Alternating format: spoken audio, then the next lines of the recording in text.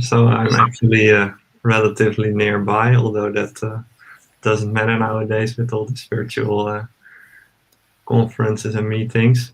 But so yes, hi everyone. So thanks for also inviting me to be here today in a very interesting lineup of speakers as well.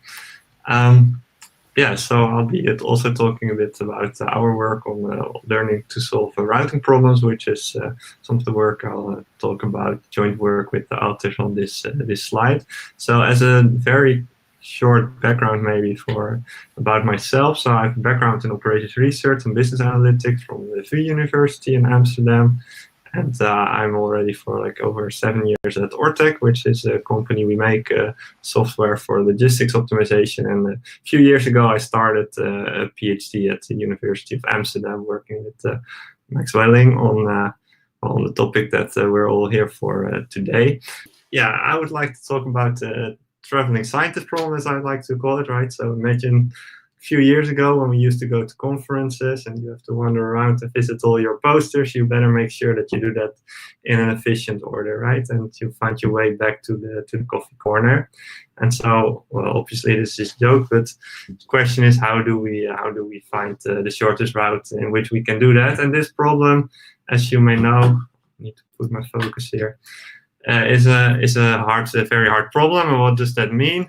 Well, basically it means that if we aim at like finding the optimal solution, probably for any given worst case problem instance, then that's pretty much mission impossible. Well, unless you go into all these theoretical discussions, but in practice we don't often, this is not directly what we want, right? We just want to find maybe good solutions for problem instances that we actually care about, right? So this is something which may be much more easily, at least, possible. And then the way in which we do this, and I think this was mentioned also before, is like we use heuristics to achieve that, right? So heuristics, I always think you can look at them as if they are a rule of thumb. So for example, simple heuristic for TSP is that I shouldn't just wander around randomly, but at least the next location I'm going to visit, it should be nearby, right? So that's the heuristic, like the nearest neighbor heuristic, for example, which may be like true on average, but there are some obvious pitfalls in how we do this. So the goal is that we like design heuristics which work well.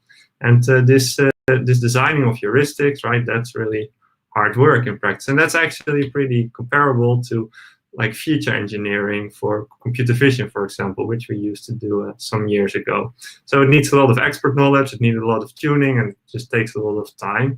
And so instead, what can we do, right? Nowadays, we can just take the deep learning approach. So instead of like designing this feature, maybe designing heuristics, we can just use deep learning and we basically learn directly from the data to the output. And so this idea, it has seen many successes, right? For image recognition, for example, but like we have seen already today, we can apply similar ideas. Basically, like the work we've seen before, and also the paper we wrote, is by considering this sort of like a prediction problem. So if we make a comparison with translation, which just has been done as well, I think you can see just as like you can translate a sentence, maybe you can translate it into a certain solution. So you translation, so you're trying to predict the translation, right? That's pretty similar to saying, okay, we just have this sequence or this set actually of coordinates, and we're trying to predict another sequence, which is then a permutation of this input elements. And then there is a slight difference between these two problems, because if we look at the machine translation, then actually all the things we're trying to predict, right, they are words and they come from a fixed vocabulary. Whereas if we're trying to predict the order of the nodes in our solution, then we're actually trying to predict input elements. So these are different every time. And so there's this special architecture, which we had a small discussion about, which is actually the pointer network. So this, I would say, was the seminal paper which allowed us to actually do this. So to predict actually input elements as output, and then this enables to train a model for TSP. And then if I can quickly basically summarize the way it works, is that we take this problem instance, right? So let's assume we have trained the model. So this is what the procedure would look like after you've trained the model.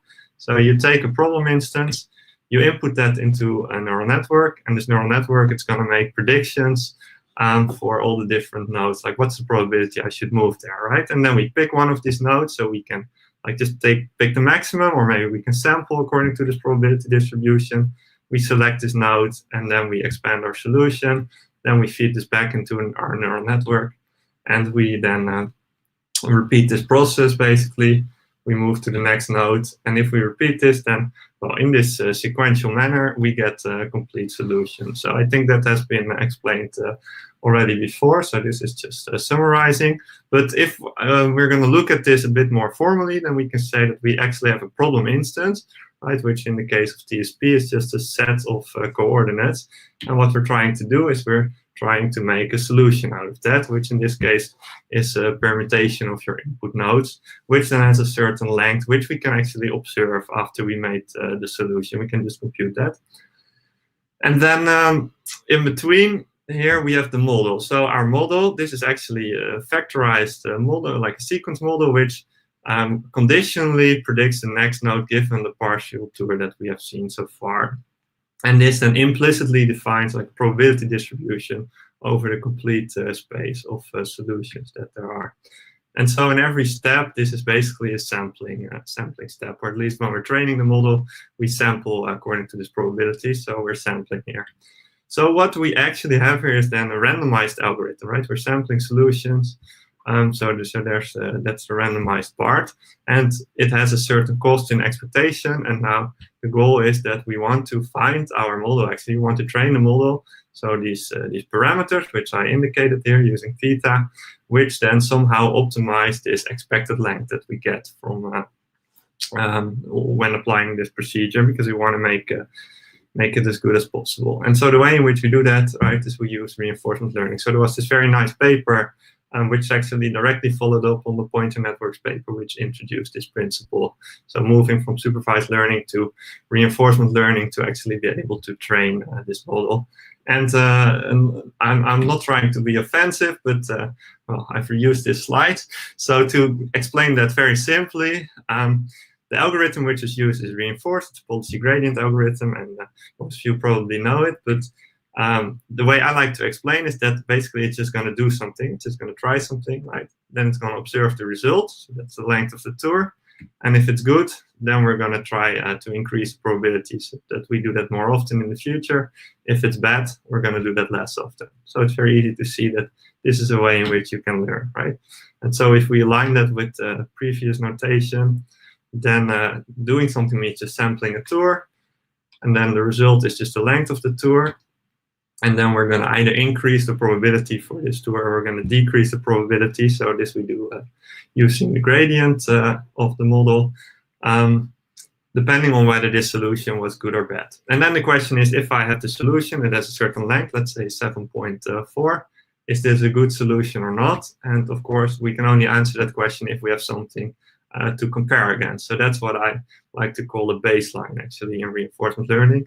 And what we proposed is to use what I will explain, a rollout from an earlier model. So we're going to sample the solution according to our model, but we're also going to create a solution which we're going to compare to, and that's by using a previous version actually of the model. But in this version, every time we don't sample, but we just take the axiom with the maximum probability. And then we're going to repeat this procedure. Okay, so what this, so I already explained it. So this rollout baseline, it actually uses the model, but it doesn't sample a solution, but every step it uses the greedy action to construct the solution. And that means that if the solution we sampled, if it's actually better than this greedy solution, then that's good. And well, if it's longer than the greedy solution, then that's bad. And so that means that we're going to adjust actually the probabilities proportional to like how much better or worse this is compared to our baseline. And then the overall algorithm that we get, to give a quick indication, is we're going to initialize this parameter, so for our model, but also for our baseline. Then we're going to sample a solution, or sample an instance of a set of coordinates. We're going to sample a solution according to our model. Then we're going to roll out this baseline model. And then we're going to update our parameters based on this You may recognize this as the reinforce update. So we take the gradient of our log probability, and then we take actually how much better or worse was this solution compared to the baseline. So we make it more likely if it was good, we make it less likely if it was bad. And then this we just repeat over a number of iterations, and within each iteration we have a mini batch of solutions. And then at the end of every epoch, we are actually going to check if our parameters are better than our current baseline. So this is some way to make sure that we're actually improving, right? Sometimes you can get a bit unstable behavior, and this sort of puts it back to the baseline every time. And this we repeat for a number of epochs. So this is the overall learning algorithm. And then if you're wondering, like, what does this model architecture then look like? And so basically that's inspired on graph convolution. So this was already mentioned a little bit. So the pointer network paper actually considered the nodes as a sequence, which you can process then using a recurrent neural network, for example. But of course, this order of your input nodes is irrelevant. So you want to have something which is invariant to that. And we did that by using this graph convolutional network. So that was actually similar to what Elias presented. But then this, well, it's a different method, because here we have the policy gradient algorithm on top. So we're not trying to learn Q values, but we're trying to learn the policy directly.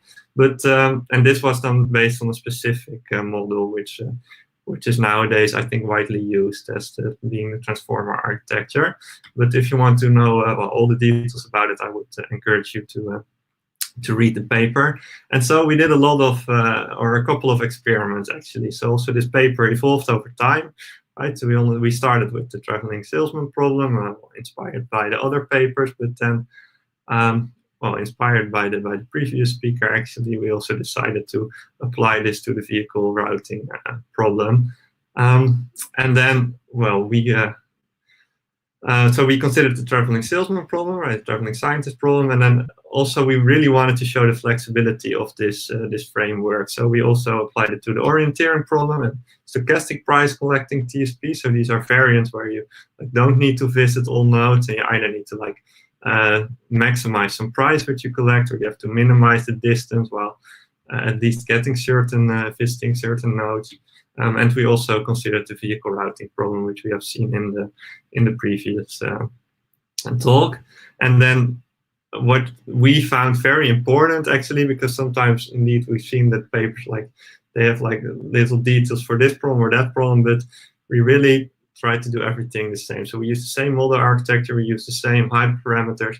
So really the only thing we changed was the absolute things that were necessary to make sure that you get a feasible solution for these different types of problems. So changing the mask to the specific problem that it would enforce the constraints, actually. And so that's what we did. And then what we saw is that, well, pretty similar to the previous results, we've seen that this improves compared to the classical heuristics. And actually, we were also able to get better results than the prior learned heuristics. And this was mainly due to, well, this model, this attention model based on this graph neural network, and this rollout baseline, which really made it much more stable, much more easy to train this model. And we got well, a bit closer to state-of-the-art algorithms for these individual problems, where I think it's honest to say that still it's not competitive. So I'm also trying to be a bit careful with claiming that this is like a competitive framework or this is like practical, which I think sometimes it's what people say. I think we have to be honest that we're currently not, and that's also not the purpose of this work, to show that we can actually beat these algorithms. The purpose is to show that this is pretty interesting in terms of what it can learn. This is a flexible way where we can learn these heuristics. And I think that's especially relevant if we get like more practical problems or maybe online problems where the data plays a much more important role. So I really see this as a test bed, but it's, well, actually never the goal to actually outperform this classic optimization algorithms, which are just very powerful for this purely mathematical problems like TSP. But so this was all work from 2 or 3 years ago. And nowadays, a lot of things have changed, right? If you go to NeurIPS, you can just teleport to the poster you want to visit. So that's actually interesting because, well, it means you can just retrain your model and then it will learn by itself that it maybe is even completely irrelevant the order in which you visit the nodes, right? So I also want to take a bit of the time to therefore present a follow-up work we have made on this. Which I'm not going to go into too much detail because it actually doesn't have to do too much with the reinforcement learning, but it has to do with well, the machine learning for the routing problems. And especially we combined this idea with dynamic programming for vehicle routing problems. So if we're going to look back at the approach which I just explained to you, this is what I call an autoregressive approach, right? So we're going to predict in every step the next location to visit, conditional on the current partial solution. But there have also been people like this very nice paper which considered a non-autoregressive approach, I would say. So they took a problem instance and in a single step, they predict actually a heat map over all of the edges. So for each edge individually, they make a prediction whether this should belong to the tour. And this is actually a much harder problem because it can't like condition on the current solution, just have to make an individual call for each edge. But the nice thing is then after you have this heat map, you can just run any algorithm on top. So they use the beam search to make this into a valid TSP tour. And as a side note, this is not trained using reinforcement learning. So this is actually trained from example optimal solutions for the TSP. And we thought this was very nice because this edge prediction heat map, like I want to call it, it actually contains a lot of useful information. It sort of extracts the essence of the problem. Like you don't need to consider all possible tours, but like these are pretty much all the good candidate edges for a tour. And I think we can do much more interesting stuff with that. And so we look back into this this classical dynamic programming algorithm actually for traveling salesman problem. So maybe some of you are familiar with this, but this recursion explains how you can solve the TSP, and it's actually, although it's almost 60 years old, it's like in terms of complexity, it's still the most efficient algorithm known today. And so here S is like a set of visited nodes. So if I have a certain TSP solution which I'm building, then I can have a certain set of nodes visited, and I am at the current certain current node, assuming I always start at the same start node. And this is what we call the dynamic programming state. And then this function, it actually gives you like the minimum cost to go from the start node to the current node, visiting all these nodes in this set. And it nicely expresses this in this recursive formula where we then take into account the cost or the distance between two nodes. And what this minimization operator is actually doing, it's saying that if we're going to construct solutions, right, and we're not just going to construct maybe one, but if we're going to construct multiple solutions, and maybe if we have two like partial solutions, like the left one and the right here, then it's easy to observe that actually this left one, it's always going to be better than this right one. And any completion that we can make from this left solution, it's going to be, it can also be applied to this right solution and vice versa. So that means that actually this right solution, it can never be part of the optimal solution. So this, so what we say then is that this left solution, it actually dominates this right solution. So if we know that, it means that if we're going to like sequentially sample such a solution from a model, then we would actually never need to construct this solution if we know that this solution exists. And that's actually what is implemented in this dynamic programming algorithm. And so we propose to combine actually this idea, whereas if you just compute this, this will guarantee you get the optimal solution for TSP, but it still blows up not factorially, but exponentially. But we propose then to do this, but only consider a small part of the search space. And the way in which we do that is actually pretty similar to a beam search. So we just restrict the size of the search space that we consider at every step. So we're going to start with an initial empty solution, and then in iterations, we're just going to not generate one expansion, but we're going to generate multiple expansions. then we're going to remove all these solutions that are dominated, just as I explained in the previous slide, and then only keep the best B, where this B then are selected according to some policy, and we're going to repeat this. So people who are familiar with beam search, they pretty much recognize a beam search in here, but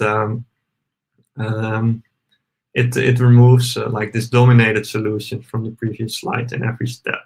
And so the way in which we then like select which solutions we're actually going to keep, that's then based on a scoring mechanism, which is actually defined on this heat map. So we say, if we have constructed a partial solution in our algorithm, then we're just going to add up basically all the edges which are in our partial solution, and we're going to make some estimate of all the edges that still need to be entered into our solution.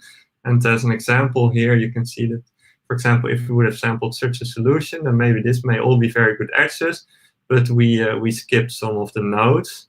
But by skipping these nodes, then all these edges become unavailable, and this is what the potential sort of takes into account. So it's a bit similar to like an A* search algorithm, which points you in the right way. So this is actually a function we defined based on this neural network prediction. So you can just view that actually as a neural network policy, which then gives a score for such a partial solution. And by doing that, we can really like prioritize or actually prune the search base, because we're only going to look at solutions which have a very high potential.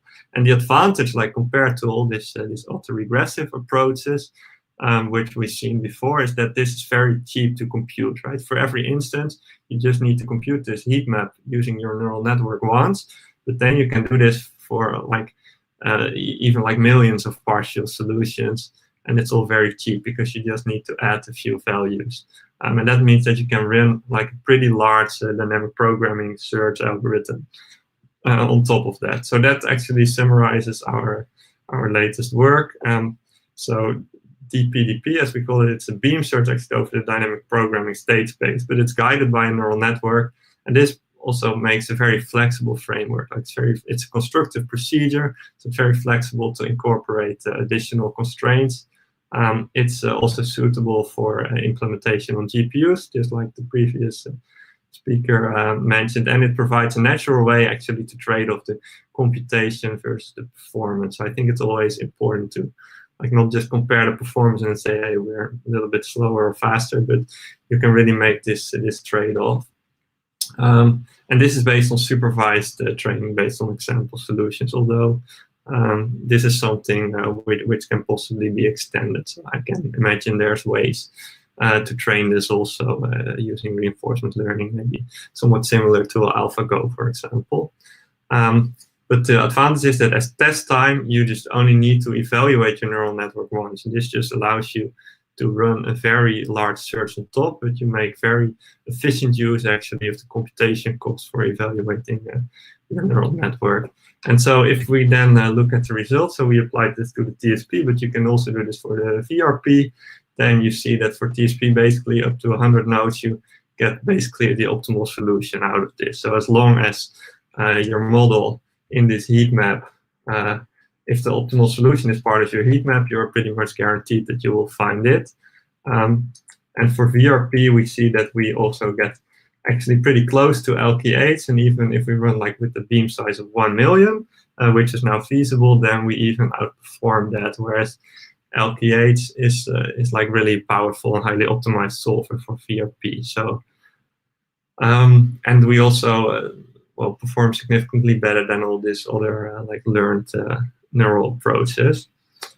So yeah, I think that's I wanted to take the opportunity to also present this work to you because it nicely follows up on the previous work. So, and that's also not the case that we always need reinforcement learning, right? This was entirely done using supervised learning, which has some pitfalls, but also obviously some advantages. So I think this takes the best of both, actually.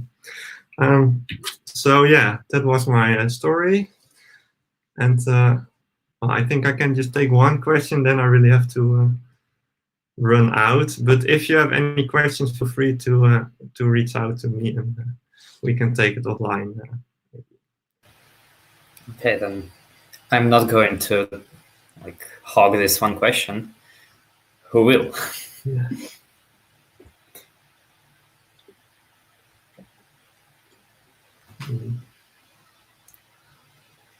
I guess we can just let you. Oh, okay.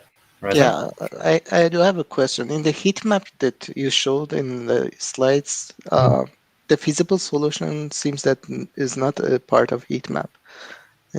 So because there is just one edge connecting two subgraphs, and that cannot be the feasible heat map. So is it? In this picture, it was like a fully bi-connected graph, but maybe it's like some of the edges are very light, but they are still there. So you can. Oh, okay. I think it's because of the sharing. So it is a presentation. Okay. But you are right. If you like put a hard threshold on the heat map, you may get a graph which is like it's not Hamiltonian, it doesn't have a TSP tour. But you don't need to put this hard threshold, so you can just run on the fully connected graph, and then still you like prioritize by the important edges first. Mm-hmm. You can make sure that you always get the feasible solution. But it's very good comment indeed.